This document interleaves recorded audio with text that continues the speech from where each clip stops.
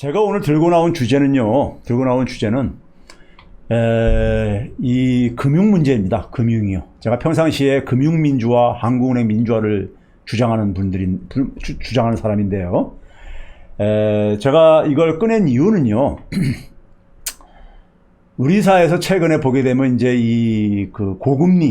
금리 그러니까 상한선이요. 이자를 그러니까 제한하는 이 논란이 지금 이제 우리가 있잖아요. 자, 우리가 지금 경제가 우리가 일반인들한테는 굉장히 어려운 영역으로 많이 돼 있죠. 특히 금융은 더 그렇습니다. 금융은요. 사실 다 경제학자들의 책임입니다. 그리고 금융 분야에 종사하는 전문가들의 책임입니다.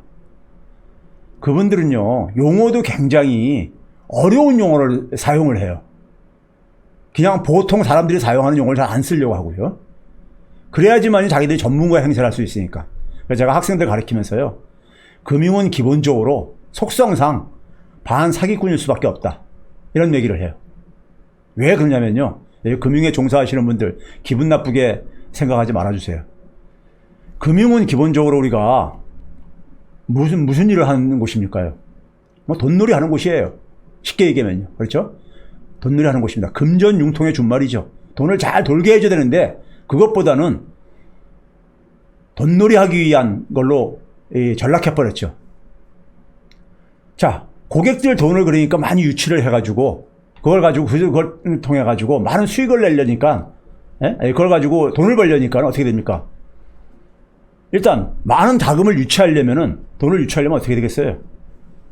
높은 수익을 그러니까 보장해 주는 척 해야 되겠죠. 그렇죠? 그러니까 근데 우리가 수익이 높아지면요, 반드시 위험도 우리가 비례해서 높아질 수밖에 없습니다. 수익이 높은데 위험성이 없으면은 세상 사람들, 모든 사람들이 돈들을 다 거기다가 다 투입할 게 아니겠습니까? 그렇죠? 그건 있을 수가 없습니다. 그래서 우리가 금융에서는 영어로 잠깐 표현하면요, 하이 리턴, 하이 리스크라는 표현을 썼죠. 수익이 높으면 위험도 높다. 즉, 투자 손실도 높다 이거죠.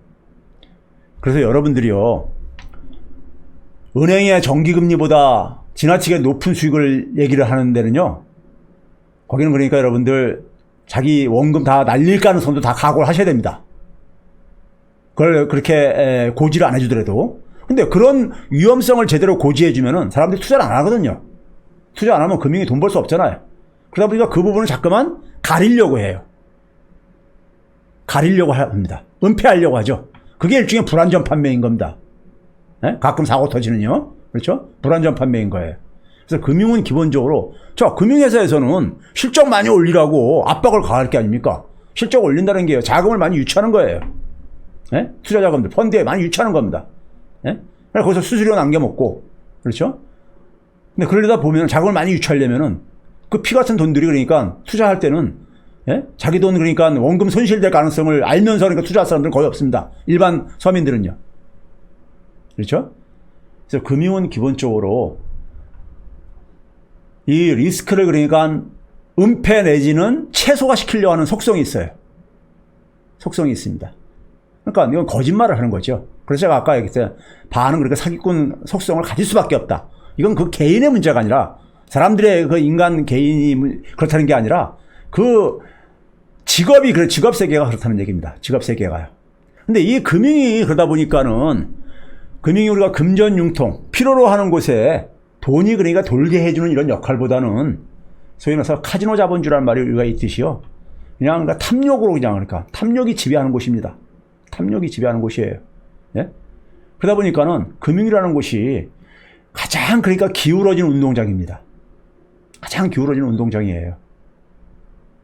여러분들, 제가 아까 금융 용어들 중에서 굉장히 어려운 용어들이 많다 했는데, 예를 들어서 여러분들 메자닌, 트랑세, 이런 표현들 우리가 영어 공부 굉장히 오래 해서도 잘 모르실 거예요.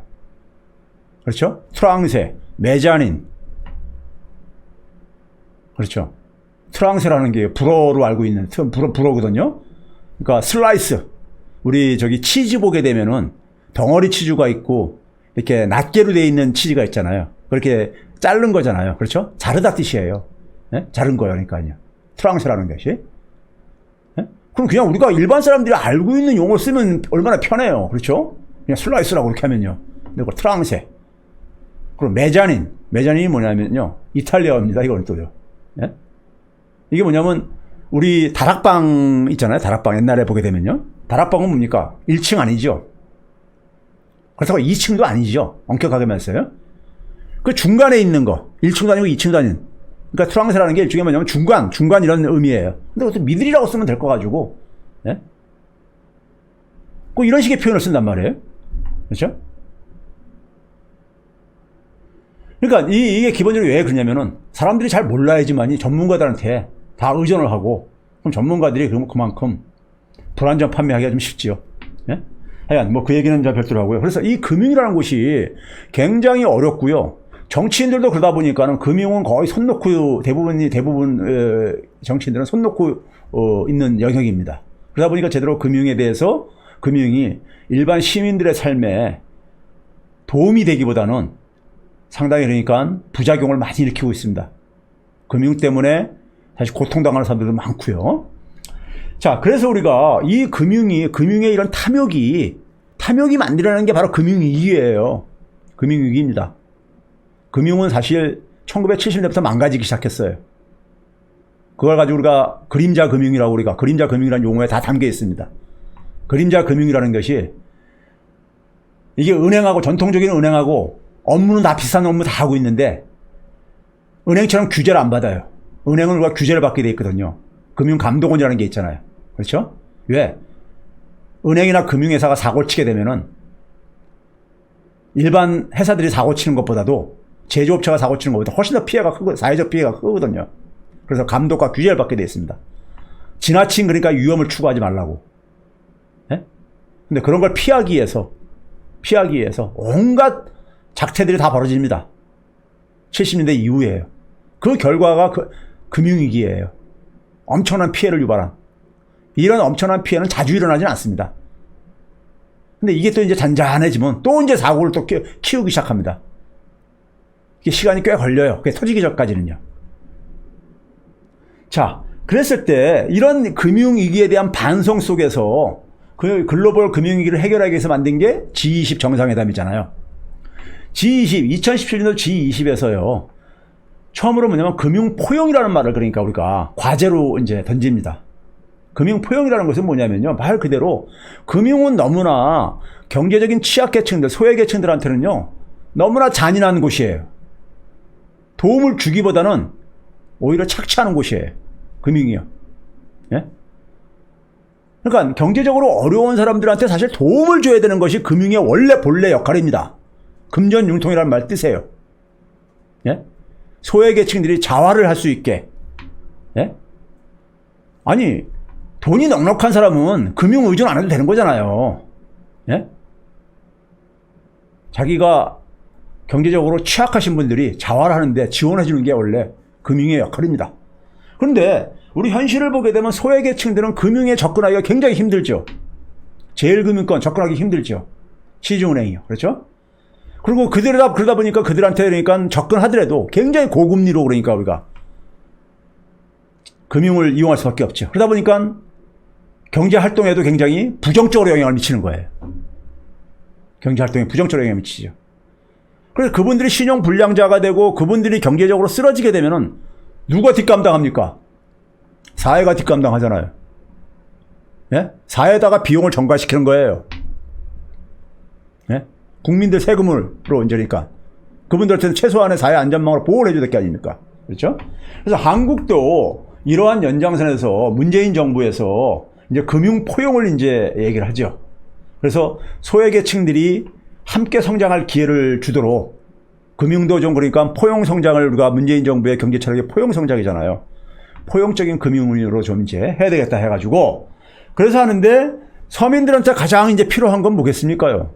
두 가지죠. 일단 금융에 좀 더 쉽게 접근할 수 있게, 돈을 쉽게 이용할 수 있게.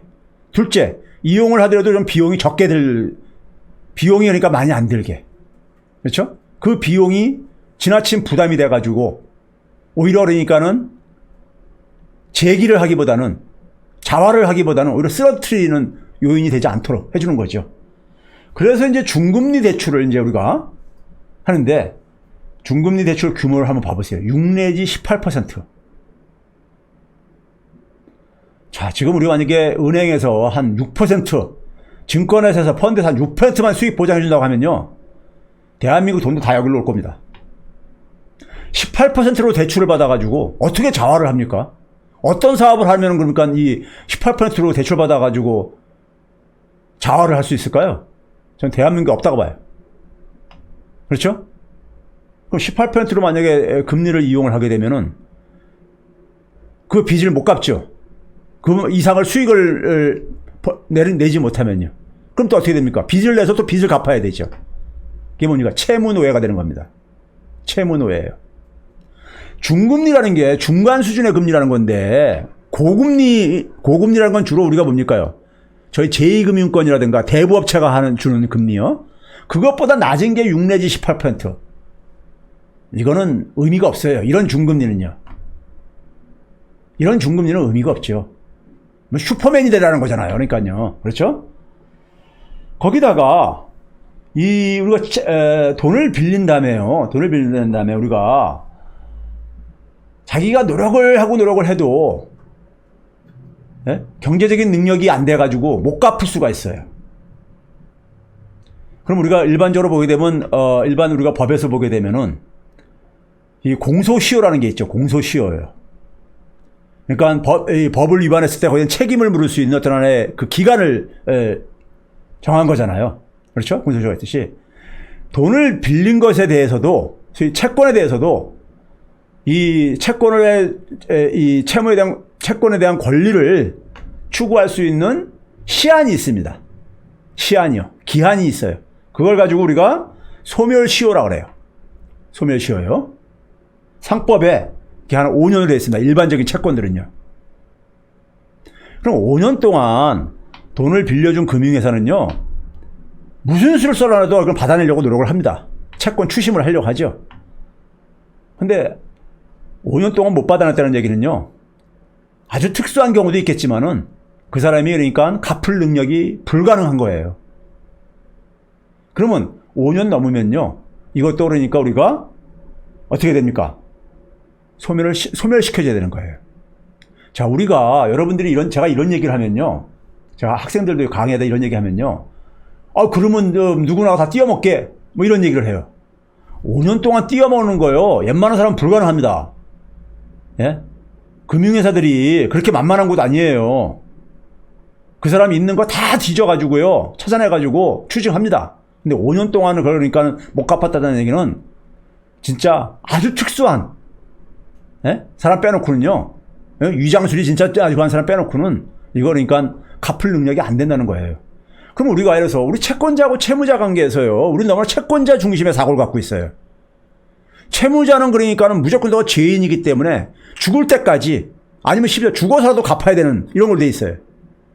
근데 채권자는요, 돈을 빌려주는 사람은요, 돈을 빌려준 사람의 책임도 있습니다. 돈을 빌려준 사람은 자기가 그 돈을 회수를 못할 가능성도 전제로 해서 투자를 하는 거예요. 빌려주는 겁니다. 그래서 채권 채무 관계의 약속이 이루어지지 않았을 때 그 손실은 그러니까 우리가 양쪽이 다 질 수가 있는 거예요. 예? 채권자가 절대적인 권리를 보장해주는 나라는 한 나라도 없습니다. 한 나라도 없어요. 미국 같은 경우에요, 우리 금융위기 이후에 여러분들이 많이 들었을지 모르겠는데 이런 일이 있습니다. 어떤 사람이 은행에서 돈을 빌려가지고 20만 달러짜리 주택을 샀어요. 근데 이게 주택 가격이 그래서 이제 처음에 좀 올랐어요. 한 21만 달러, 22만 달러 올랐어요. 오르면 좋죠. 예? 자기가 집을 팔아가지고 은행 돈도 갚을 수 있으니까, 극단적인 상황에서는요. 근데 집값이 만약에 18만 달러 떨어졌어요. 그러면 집을 팔아도 어떻게 됩니까? 은행 대출금 못 갚잖아요. 그렇죠? 그렇게 할 때 미국의 많은 주들에서는 뭘 허용하냐면요, 그 집을 그러니까는 포기를 해요. 그래서 이 우편 봉투에다가 집 열쇠 줘가지고 우체국통에다 다 거기다 물론 은행 주소 해가지고 은행으로 보내요. 나 이 집 너한테 반납하겠다. 그러면요, 그걸로 끝인 거예요. 나머지 2만 달러, 이 채무는 그러니까 소멸되어집니다. 돈을 빌려준 은행도 일부 손실을 그러니까 분담하라는 얘기예요. 그게 정상인 거예요. 그게 시장경제의 원리에 맞는 겁니다. 시장경제의 원리에 맞는 거예요.